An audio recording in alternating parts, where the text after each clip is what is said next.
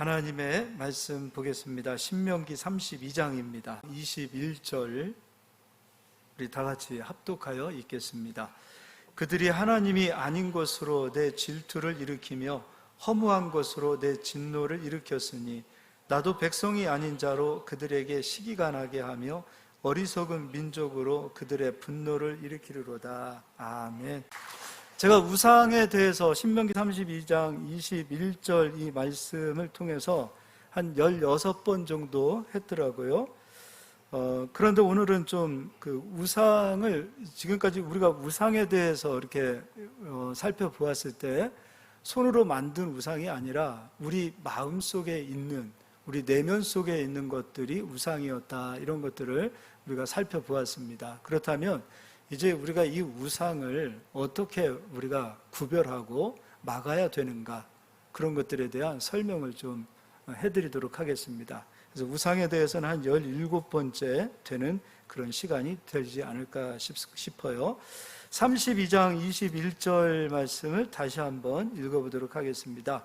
그들이 하나님이 아닌 것으로 내 질투를 일으키며 허무한 것으로 내 진노를 일으켰으니 나도 백성이 아닌 자로 그들에게 시기가 나게 하며 어리석은 민족으로 그들의 분노를 일으키리로다. 우상을 하나님은 되게 싫어하세요. 우리가 우상을 가지면 하나님 질투하시고요. 그리고 우리가 끝까지 우상을 버리지 않으면 하나님의 백성이 아닌 자들은 이방인이죠.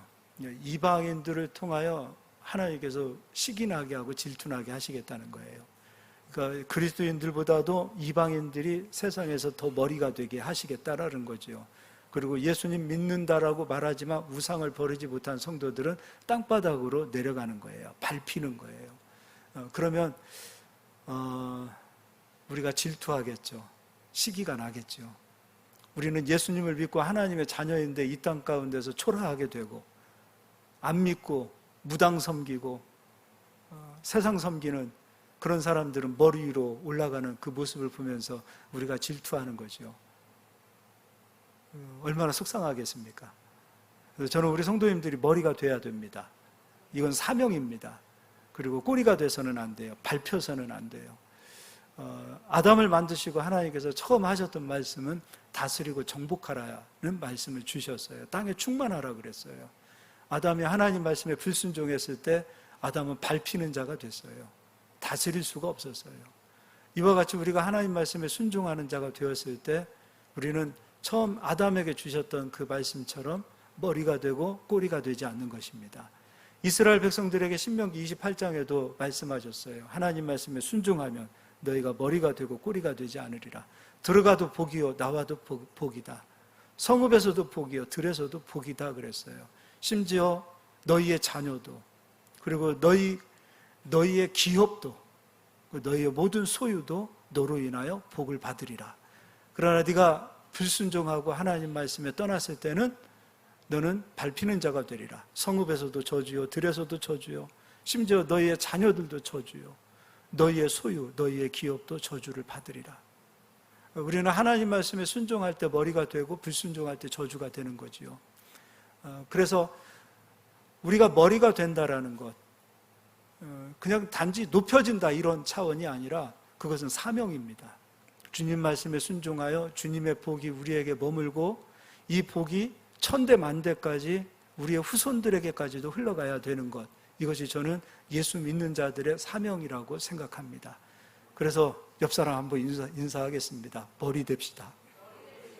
또 한 번만 더 인사하겠습니다. 어디 가서 밟히지 맙시다. 절대 밟히지 않기를 바랍니다.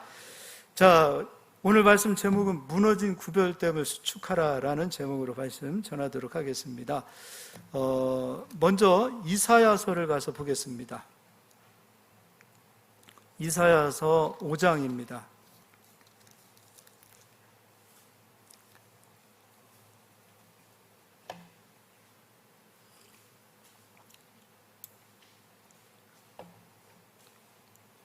(5장 1절) 나는 내가 사랑하는 자를 위하여 노래하되 내가 사랑하는 자의 포도원을 노래하리라.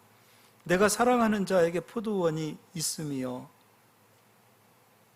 심히 기름진 사내로다. 땅을 파서 돌을 제하고 극상품 포도나무를 심었도다. 그 중에 망대를 세웠고 또 그 안에 술틀을 팠도다. 좋은 포도나무 맺기를 바랐더니 들포도를 맺었도다. 하나님께서 이스라엘을 세우셨어요.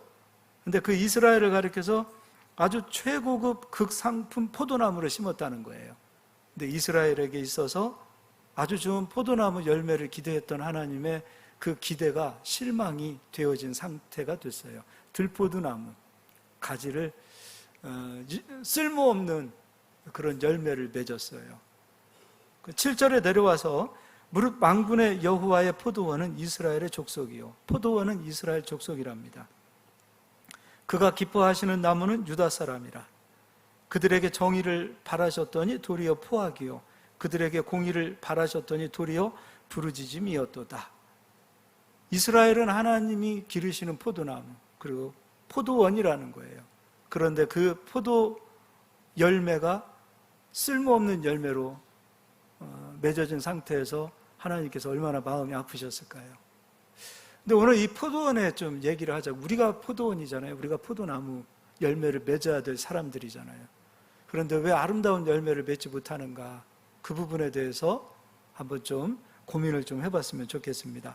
아가서를 가서 보겠습니다. 시편, 잠언, 전도서, 아가서 2장 15절입니다. 2장 15절 제가 읽어드릴게요. 우리를 위하여 여우 곧 포도원을 허는 작은 여우를 잡으라. 여우가 포도원을 허문다는 거예요. 물론 이제 육적인 여우도 있지요. 그런데 이스라엘을 말씀하셨을 때 하나님께서는 포도나무로 비유하신 거예요.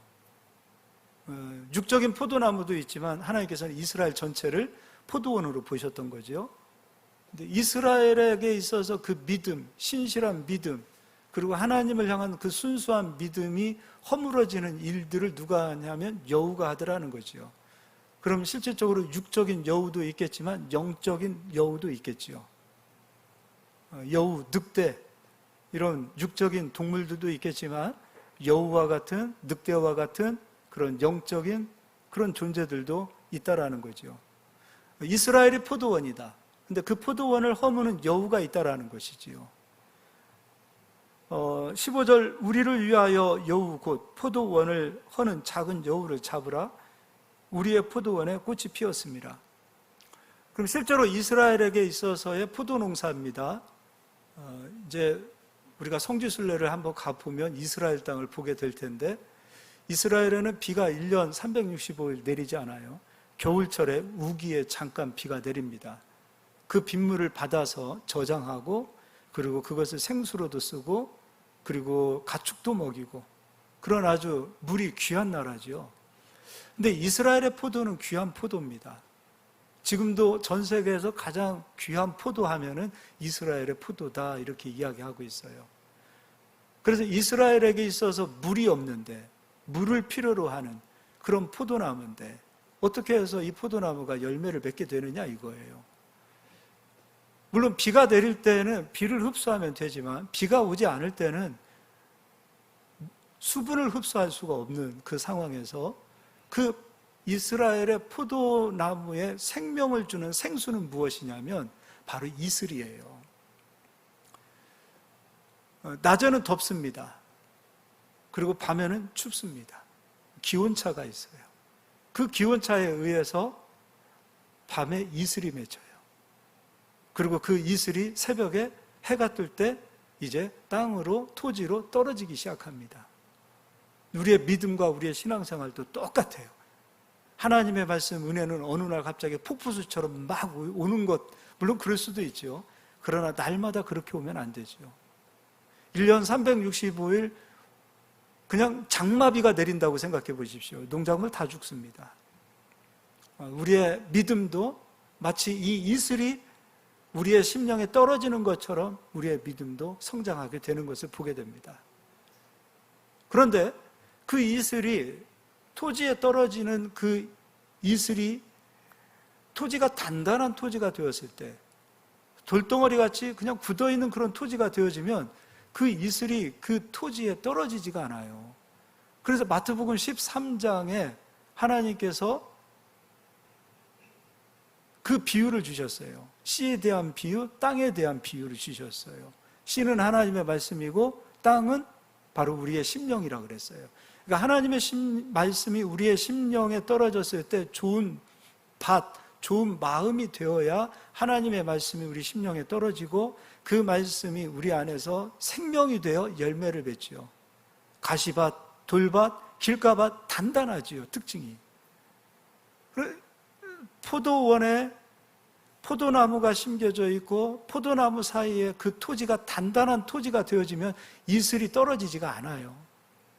그래서 해야 될 일은 무엇이냐면 포도나무 사이에 짐승이라든지 사람이 지나다니면 이슬이 이슬을 흡수할 수 있는 토지가 되지 않아요.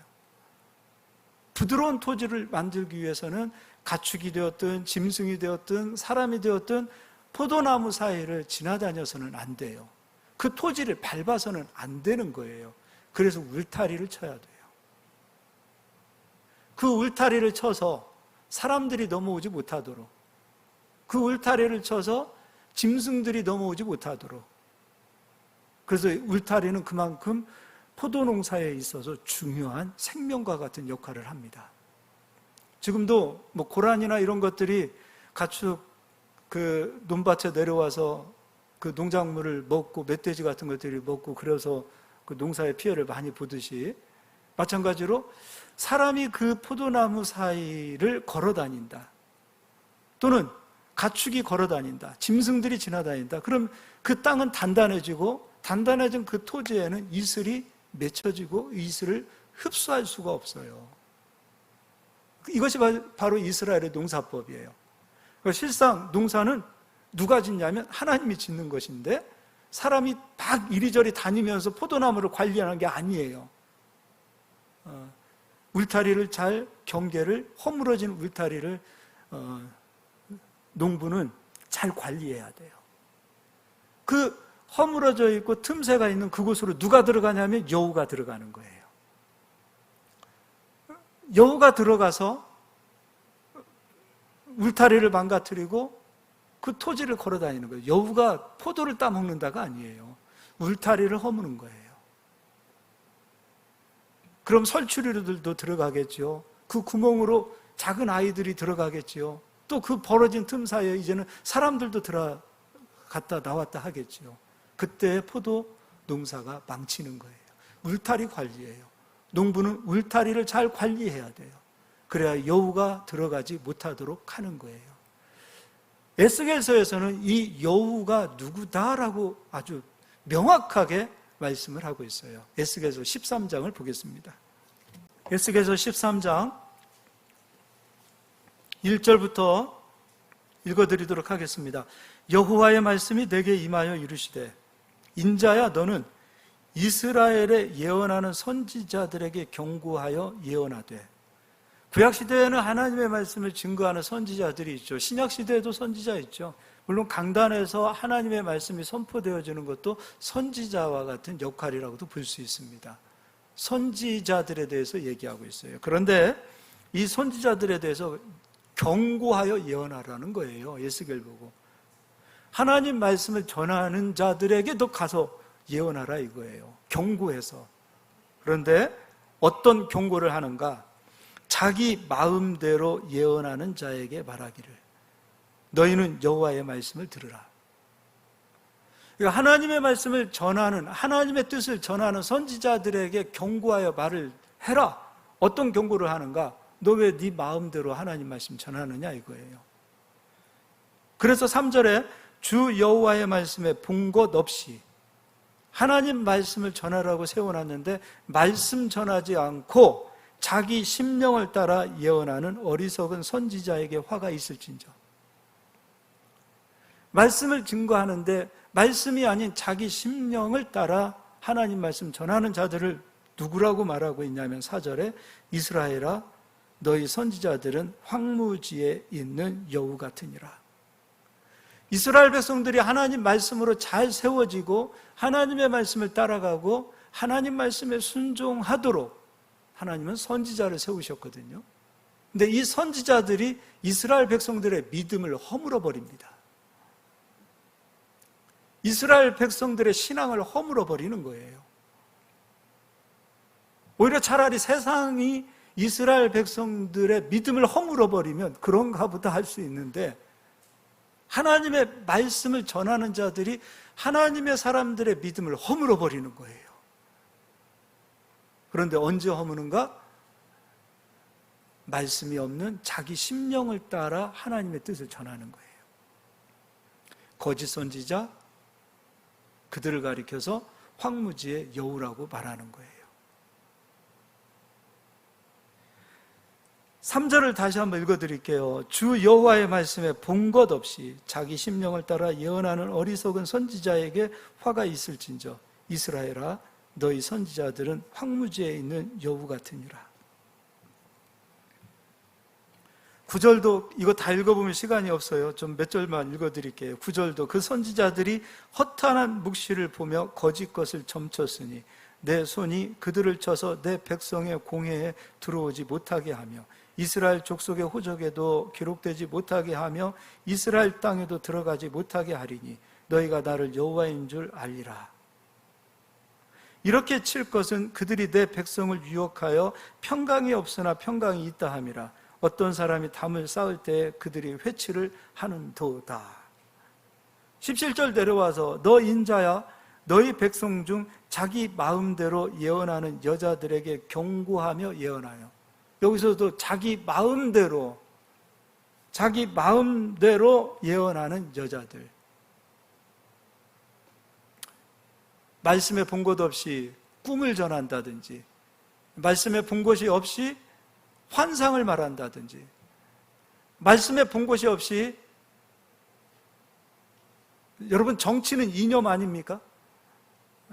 말씀에 본 것 없이 정치적인 소견을 강단해서 말한다든지, 말씀에 본 것이 없이 철학을 말한다든지, 말씀에 본 것 없이 자기의 신념을 말한다든지, 그러면 안 되겠죠. 강단은 하나님의 말씀이 전해지는 것이지요. 그리고 우리의 울타리는 하나님의 말씀이 되어야 돼요. 이 울타리가 무너지기 시작하면은, 말씀이 무너지면 예배가 무너지고, 말씀이 무너지면 믿음과 신앙이 같이 무너지게 돼 있어요. 반석 위에 믿음이 세워져야 되지요. 반석은 그리스도요, 그리스도는 말씀이세요. 그러니까 우리가 반석, 그리스도 생명의 말씀에 우리의 믿음과 신앙이 잘 세워져야지, 그렇지 않으면 우리는 허물어지는 담이 되어줄 수 있어요. 그 담에는 이제 수많은 사람들, 들어와서는 안 되는 그런 영적으로 더러운 것들이 들어올 수도 있어요. 세상의 의식들이 들어올 수 있어요. 받아서는 안 될 것들을 받아들이게 될 수 있어요. 이게 허물어지면. 그래서 이것이 허물어지지 않는 것이 바로 믿음 생활을 잘하는 것이에요. 그러니까 우상이 그렇게 해서 들어오는 거예요. 그렇게 해서 우상이 우리 속에 들어와서 우상이 우리를 잡고 우리를 흔들고 하나님에게서 떠나게 만들고, 결국은 우상이 올무가 되어지고, 그리고 우상으로 인하여 파멸을 당하게 되어지고, 그 상태로 끝나는 것이 아니라 우리 주변에 있는 이방인들은 높아지고 우리는 낮아지는 거예요. 그리스도인들이 이 세상에서 구별되게 사는 그 구별됨이 바로 울타리요, 담이라고 볼 수 있을 거예요. 견고한 성벽이라도 볼 수 있을 거예요. 성벽이 무너지면 안 되죠. 성을 지키는 데 있어서 성벽이 무너지면 다 무너지는 거 아닙니까? 우리의 신앙에서도 마찬가지입니다. 울타리가 무너지면 포도농사 망치는 거예요. 우리는 예수 그리스도의 생명을 받고 성령으로 우리는 극상품, 최고의 상품 포도나무로 하나님은 이 땅 가운데 우리를 심어 놓으신 거예요. 우리 각자는 최고의 상품들이에요. 그런데 우리가 최고의 열매를 맺지 못하는 이유는 울타리가 허물어져서예요. 이 황무지의 여우와 같은 이들이 하나님의 말씀이 아닌 세상의 가치, 세상의 기준으로 자꾸 성도를 세우려고 그래요. 세우는 게 아니라 성도를 무너뜨리려고 그래요. 제가 또 새벽에 소재 얘기할 때 그랬죠. 과학적으로 증명이 되면 내가 하나님 말씀 믿겠습니다. 그게 믿음입니까? 어떻게 과학으로 하나님의 말씀을 증명합니까? 어떻게 예수님이 십자가에서 죽으시고 3일 만에 죽음 가운데서 다시 부활하신 사건을 어떻게 과학으로 증명합니까? 의학으로 구별할 수 있어요? 안 되는 거지요. 어떻게 천지창조를, 성경에 기록되어진 수많은 사건들을 어떻게 과학적으로 증명이 되어질 수 있느냐 이거예요. 증명되지 않은 그 사건은 믿음으로 하나님께서 증명해 주셨어요. 이것도 마찬가지죠. 하나님의 말씀을 믿지 못하는 그 믿음이 믿음이다. 인정하지 않는 믿음이다. 그런데 과학이 증명하면 내가 믿겠다. 그럼 그게 진짜 믿음이라고 보십니까? 과학을 더 크게 여기는 거죠. 세상의 지식을 하나님의 말씀보다 더 크게 여기는 거죠. 이 세상 지식 위에 하나님의 말씀이 있고 하나님 말씀 아래 세상 지식이 있는 거예요. 근데 우리는 이 세상 지식을 하나님의 말씀보다 더 크게 여기는 현상들로 가게 되어진다면 그것도 마찬가지로 황무지의 여우가 되는 거예요. 우리의 믿음이 그렇게 틈을 보이면서 점점 이 담이 무너져 가기 시작하는 거예요. 그래서 이 담을 믿음으로, 말씀으로 견고하게 수축하는 것, 이것이 우리의 사명인 줄 믿으시길 바랍니다. 느헤미야서를 앞으로 가서 읽어보겠습니다. 느헤미야서 2장을 보겠습니다. BC 587년 이스라엘 백성들이 바벨론에 의해서 성전이 무너지고 바벨론 포로로 끌려가지요. 하나님 말씀대로 70년 이후에 이스라엘 백성들이 예루살렘으로 돌아옵니다. 그래서 하나님께서 이스라엘 백성들에게 무너진 성전을 다시 세워라. 그리고 또 한 가지입니다. 성벽을 수축하라 그랬어요. 성전만 다시 쌓으면 다 끝난 것으로 생각했었던 이스라엘 백성들. 그러나 그렇지 않았습니다. 성전이 구별됨으로 성전이 세워지는 것, 그것으로 끝나지 않고 그 성전에서 이스라엘 백성들이 온전히 하나님만 예배할 수 있도록 또 한 가지가 필요한데 그것이 바로 성벽이었습니다. 성벽을 쌓아라. 구별하라 이거예요. 세상과 구별해야 되고 진리가 아닌 것과 구별해야 되는 그 성벽을 쌓으라는 거죠. 느헤미야의 사명은 성벽을 세우는 것이었습니다. 원수들은 이 성벽이 세워지는 것을 싫어합니다. 야, 너희들 신앙생활 하는 거 괜찮아. 하나님께 예배하는 거 괜찮아. 너희들이 가지고 있는 기준과 가치관 그냥 우리와 같으면 안 돼? 왜 굳이 너희들 성벽을 쌓으려고 그래? 세상은 자꾸 우리에게 그렇게 요구하는 거예요. 황무지의 여우들은. 너희들이 예배하는 것도 좋고 믿음 생활하는 것도 좋아. 그러나 너희들의 가치관은 우리와 다르지 않았으면 좋겠어. 너희들도 어차피 이 세상 속에서 살잖아. 구별됨 없이 그냥 하나님 찾아 예배해. 이것이 세상이 주는 유혹이라 이거예요. 그것이 곧 여우라 이거예요. 그렇게 우리가 여우에게 속으면 성벽이 무너지고 울타리가 무너지는 거예요. 그럼 그때는 우리의 믿음의 열매가 아름다운 열매로 하나님께 올려드릴 수 없어요. 그래서 하나님께서는 성전이 세워진 이후에 느헤미야에게 성벽을 세우라는 거예요. 이스라엘 백성들은 거기까지 생각하지 못했어요. 느헤미야가 와서 무너진 성벽을 보고 성벽을 수축해 나갈 때 얼마나 방해합니까? 방해하는 이방인들이 얼마나 많이 있습니까? 근데 이방인만 방해하는 것이 아니라 또 우리 안에서도 방해를 합니다. 우리가 굳이 이거 해야 됩니까? 굳이 이 성벽을 쌓아야 됩니까? 우리 안에서도 그러한 방해가 있었고 이방인들은 끊임없이 마음이 약한 자들, 굳이 성벽을 쌓아야 되나? 이런 생각을 가지고 있는 자들을 또 속입니다. 그들을 격동하게 하고 그들을 속여서 이 안에서부터 무너지게 만드는 그런 전술을 또 쓰고 있죠. 하나님께서 지금 이 시대에 우리가 이 세상과 구별된 신앙의 가치관을 가지고 살기를 원하십니다. 우리는 이 세상과 구별되어야 됩니다.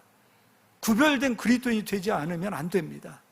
저는 지금 그 어느 때보다도 저는 구별됨이 필요한 시대가 아닌가 그런 생각을 해봅니다. 너무 많이 구별됨이 없어요. 국회의원들 가운데서도 예수님 믿는 사람들 굉장히 많다고 하지만 그분들 가운데서 누가 내가 예수님 믿는 사람이고 신앙적인 양심을 가지고 이건 아닙니다라고 말하는 경우를 별로 못 들어본 것 같아요.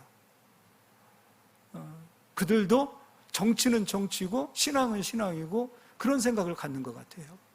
그럼 우리가 이 세상에서 그리스도인으로서 그리스도의 양심을 가지고 우리가 구별됨으로 하나님 편에 서서 하나님 입장에서 하나님 나라를 위해서 소신 있게 말할 수 있는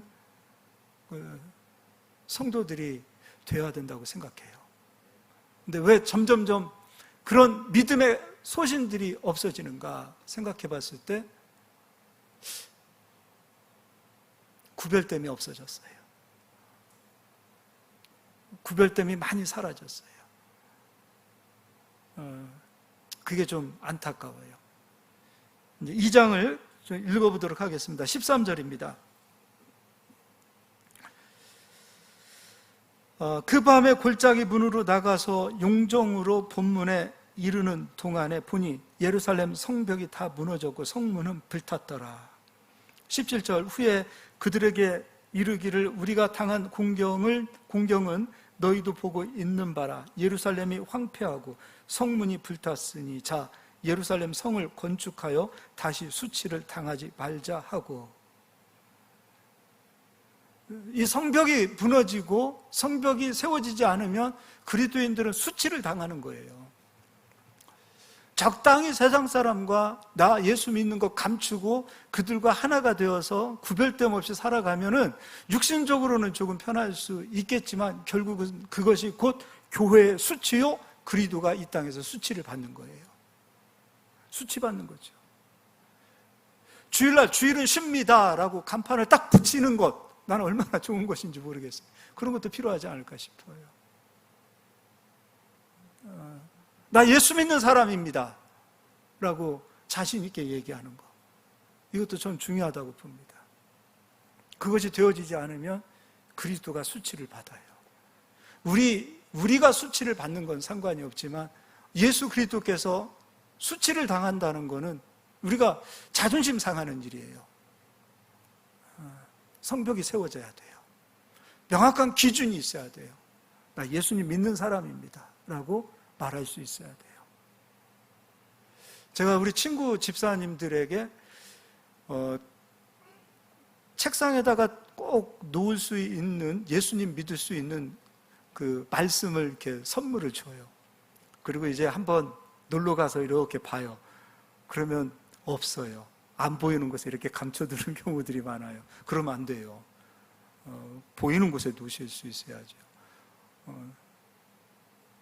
물론 이해는 가지만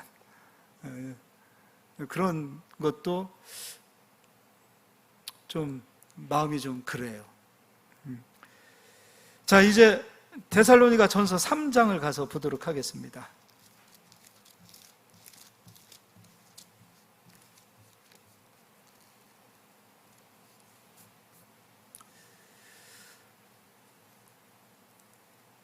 (3장 5절) 이러므로 나도 참다 못하여 너희 믿음을 알기 위하여 그를 보내었노니 이는 혹 시험하는 자가 너희를 시험하여 우리 수고를 헛되게 할까 함이니. 구약시대에만 여우가 있었던 것이 아니에요. 지금도 여우가 활동하고 있어요. 지금도 거룩한 성도들의 믿음을 무너뜨리는 여우들이 있습니다. 세상도 있을 수 있고 귀신도 있을 수 있고 악한 영들도 있을 수 있어요. 그 여우가 오늘 조금 전에 보았더니 말씀이 아닌 다른 것을 증거하는 것도 여우라 그랬어요. 6절에 지금은 디모데가 너희에게로부터 와서 너희 믿음과 사랑의 깊은 소식을 우리에게 전하고 또 너희가 항상 우리를 잘 생각하여 우리가 너희를 간절히 보고자 함과 같이 너희도 우리를 간절히 보고자 한다 하니 이러므로 형제들아 우리가 모든 궁핍과 환난 가운데서 너희 믿음으로 말미암아 너희에게 위로를 받았노라. 지금 바울이 위로를 받았대요. 바울이 받은 위로는 무엇인가? 어떤 위로를 받았는가? 8절에 그런즉 너희가 주 안에 굳게 선즉 우리가 이제는 살리라. 다른 것 때문에 위로받은 거 아니에요. 성도님들이 밥 사줘서 위로받은 거 아니에요. 성도님들이 좋은 거 목사님 대접해서 위로받는 거 아니에요. 그런 것으로 위로받을 생각을 가지고 있다면 잘못된 거예요. 바울이 위로받는 것, 그것은 성도들이 믿음으로 세워졌을 때, 이거 이상 큰 위로가 어디 있겠습니까? 이게 무슨 말인가? 저분은 구별된 믿음 생활을 하고 말씀에 순종하고 결국에는 좋은 열매를 맺어가는 믿음, 그 믿음을 보게 될 때 그것으로 위로를 받아요. 저도 개척 지금 이제 올해 16년째인데 내가 누구를 지명하고 그러면 안 되잖아요. 그런 성도님들을 봐요.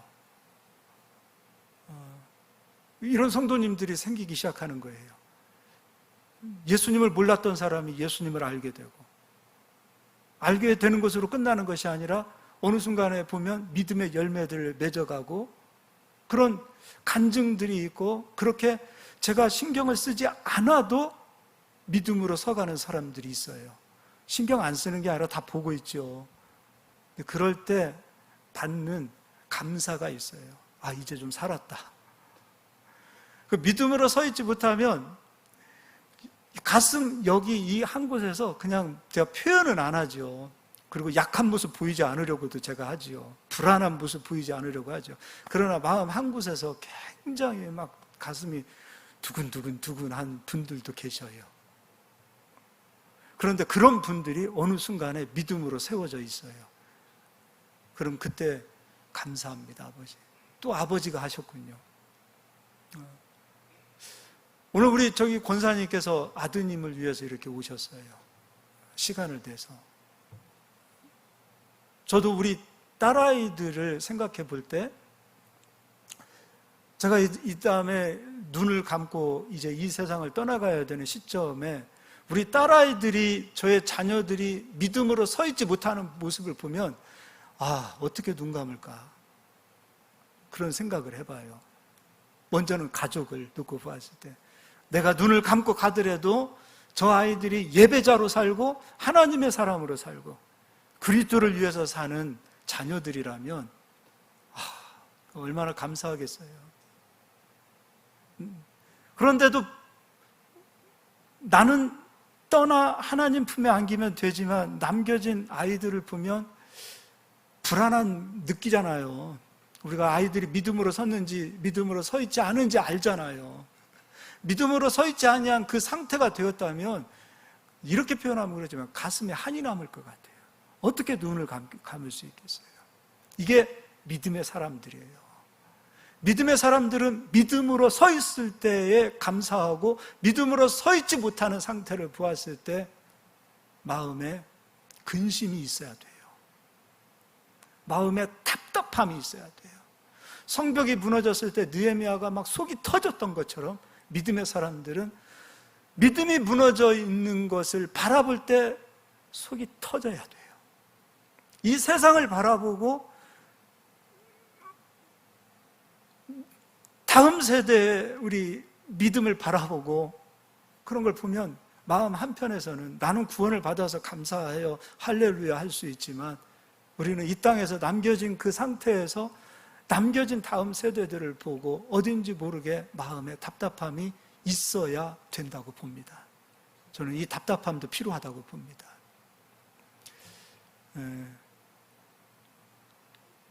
그럴 것 같아요. 9절을 읽겠습니다. 우리 하나님 앞에서 너희로 말미암아 모든 기쁨으로 기뻐하니 너희를 위하여 능히 어떠한 감사로 하나님께 보답할까? 주야로 심히 간구함은 너희 얼굴을 보고 너희 믿음이 부족한 것을 보충하게 하려 함이라. 하나님 우리 아버지와 우리 주 예수는 우리 길을 너희에게로 갈 수 있게 하시오며 주 또 주께서 우리가 너희를 사랑함과 같이 너희도 피차간에 모든 사람에 대한 사랑이 더욱 많아 넘치게 하사 너희 마음을 굳건하게 하시고 우리 주 예수께서 그의 모든 성도와 함께 강림하실 때에 하나님 우리 아버지 앞에서 거룩함에 흠이 없게 하시기를 원하노라. 먼저는 저는 우리 부르실교회 모든 성도님들이 믿음으로 서서 믿음으로 좀 이렇게 다 좀 견고하게 서기를 소망합니다. 여기 들어오는 모든 성도님들은 그렇게 다 서야 돼요. 그래서 제가 고백하기를 감사합니다. 이제 제가 좀 살겠습니다. 이래야 되고요. 또 우리 성도님들은 또 가정에 돌아가면은 아버지요, 어머니요, 또 할아버지요, 할머니 아닙니까? 또 직장에 가시면 또 사장님이시고 또 이사님이시고 또 대표자들 아니십니까? 우리는 또 세상으로 가게 되어질 때 그곳에서 또 우리는 이러한 마음, 목사님도 이러한 마음으로 목회를 하듯이 우리도 이러한 마음으로 우리 자녀들을 좀 바라봤으면 좋겠고요. 이러한 마음으로 좀 회사를 바라보고 우리의 친척들을 바라보고 좀 그랬으면 좋겠습니다. 지금 이런 뭐 조사가 다 정확한 거는 아니잖아요. 그런데 좀 어딘지 모르게 그런 조사를 해서 그런 것이 아니라 우리끼리도 다 느끼는 바가 있어요. 지금 한국교회가 지금 복음이 들어온 지가 100년이 넘었습니다. 근데 그 뜨거움 그리고 부흥도 경험했고요. 그리고 좋은 목사님 또 신학자들 이런 어떤 면에서 보면 기독교 국가라고 할 만큼의 기독교 신앙이 한국교회에 뿌리를 내렸지요. 그런데 어떻습니까, 여러분? 그 전에 우리 믿음의 선조들 믿음과 지금 우리 믿음을 한번 비교해 보면 어딘지 모르게 우리가 조금 답답함을 느낄 거예요. 선교사님들이 나갔다가 들어오시는 분들을 보면 그래도 아직까지 한국교회가 살아있습니다. 전 세계에 나가보면은 믿음에 있는 사람들을 찾아보기가 어렵습니다. 이런 얘기를 들어요. 그런데 우리가 우리를 보았을 때 믿음이 많이 옛날과 다르다는 것을 느낍니다. 그럼 지금 우리가 다음 세대들을 한번 볼 때 어떻습니까? 좀 답답하죠. 제가 아는 교회도 코로나가 끝나고 이번에도 여름 성경학교를 못해요. 왜 못합니까? 라고 물어봤는데 교회가 굉장히 큰 교회거든요. 아이들이 없어요. 코로나가 있기 전에는 부모님이 교회를 다니지 않아도 주일학교에 다니는 아이들이 있었는데 코로나 이후에 그 아이들 싹 빠졌습니다. 그리고 어린아이들, 주일학교를 기르는 그 아이들 세대들, 한 30대, 40대 이 정도 세대들이 교회에 너무 많이 빠져나갔어요. 아이들이 없어요. 그래도 부모님이 교회를 다니면 아이들을 신앙으로 양육하기 때문에 사실 지금의 소망, 정말 우리가 바라볼 수 있는 기대와 소망은 성도들의 자녀들이거든요. 실제로 그렇답니다. 다음 세대를 이끌고 갈 우리의 자녀들은 성도님의 자녀들이에요. 지금 이런 상황이죠. 많이 무너진 거 아닙니까? 그만큼 우리가 많이 무너져 있었어요. 아이들을 적게 낳아서가 문제가 아니라 더 큰 문제는 우리가 그만큼 울타리가 많이 무너져 있고 구별됨이 사라졌고 세상과 그리스도인으로서 어떤 구별된 믿음의 사람으로 살기보다는 세상 사람이 봐도 우리와 같은 사람, 그런 사람으로 우리가 살아왔던 것은 아닌가. 우상을 너무나 쉽게 들어올 수 있도록 우리가 울타리를 허문 상태에서 너무 오랫동안 방치한 것은 아닌가. 그래서 지금의 상황은 이 울타리를 세우는 것이 우리의 사명이 아닌가, 지금 이것을 해야 되는 것이 아닌가, 그런 생각을 해봅니다. 그래서 우리 자녀들에게도 믿음의 본을 보여주시고 기도하실 때도 하나님, 저 아이들이 믿음으로 서 있지 않은 상태에서 내가 어떻게 편안하게 눈 감고 하나님 나라 갈 수 있겠습니까? 저 아이들 믿음으로 세워주십시오. 내가 오늘 떠나 주님의 부르심을 받아 주님 품 안에 안긴다 하더라도, 내가 떠난 그 빈자리가 있다 하더라도 저 아이들 스스로 예수 그리스도를 붙들고 예수 그리스도의 일꾼이 되고 하나님의 나라 그리스도의 몸된 교회를 세울 수 있는 믿음의 사람들을 하나님 세워주십시오. 이건 우리가 드려야 될 기도라고 생각합니다. 방심하지 않고 무너진 울타리를 너무 오랫동안 방치해두지 않기를 바라요. 너희가 살아야 될 목적, 우리가 사는 목적, 하나님께서 그리스도를 통해서 우리를 불러주신 목적, 그것은 하나님 영광을 위해서다. 교회가 존재하는 이유, 우리가 사는 모든 이유, 바로 그리스도를 위함이다. 예배하는 것이요, 죽어가는 영혼을 살리는 것이요, 땅끝까지 우리가 믿음이 서야, 우리가 살아야 땅끝까지 복음을 증거하는 자로 선교사도 파송하고 그리고 하나님의 나라를 증거할 거 아닙니까? 우리가 울타리를 세워서 믿음이 살아나는 역사가 있었으면 좋겠습니다. 예. 시간이 많이 갔지만 한 구절만 좀 찾아보고 가도록 하겠습니다. 사도행전 20장입니다.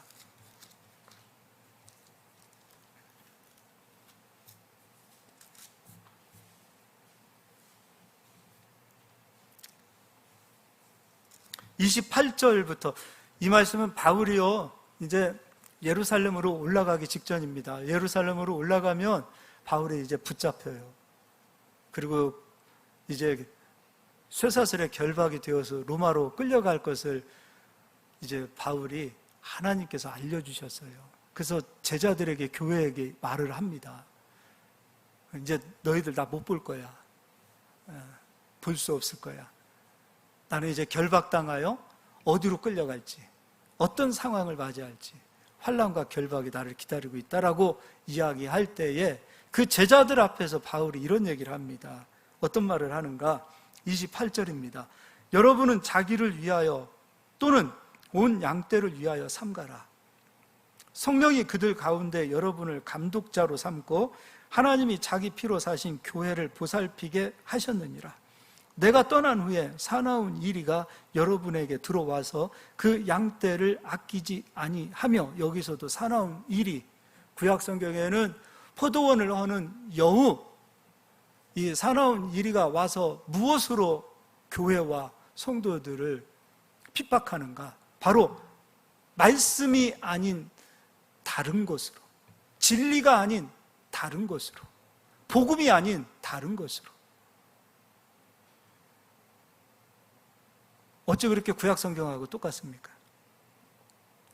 내가 떠난 후에 사나운 이리가 여러분에게 들어와서 그 양떼를 아끼지 아니하며, 또한 여러분 중에서도 제자들을 끌어 자기를 따르게 하려고 어그러진 말을 하는 사람들이 일어날 줄을 내가 아노라. 진리가 아닌 어그러진 말들, 진리가 아닌 철학들, 진리가 아닌 이념들, 진리가 아닌 말들,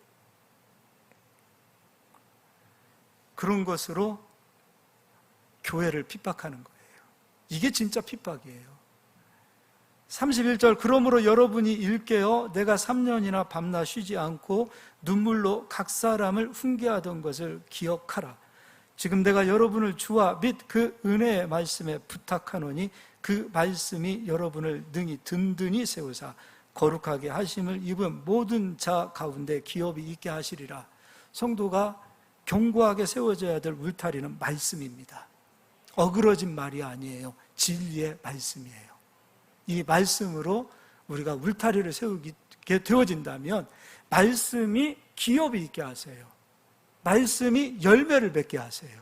그래서 우리는 최고급 열매를 맺어서 열매로 하나님께 영광 돌리라 그랬어요.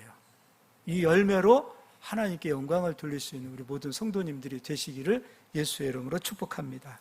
우리 옆 사람 인사 한번 하겠습니다. 울타리 잘 세웁시다. 예, 기도하겠습니다.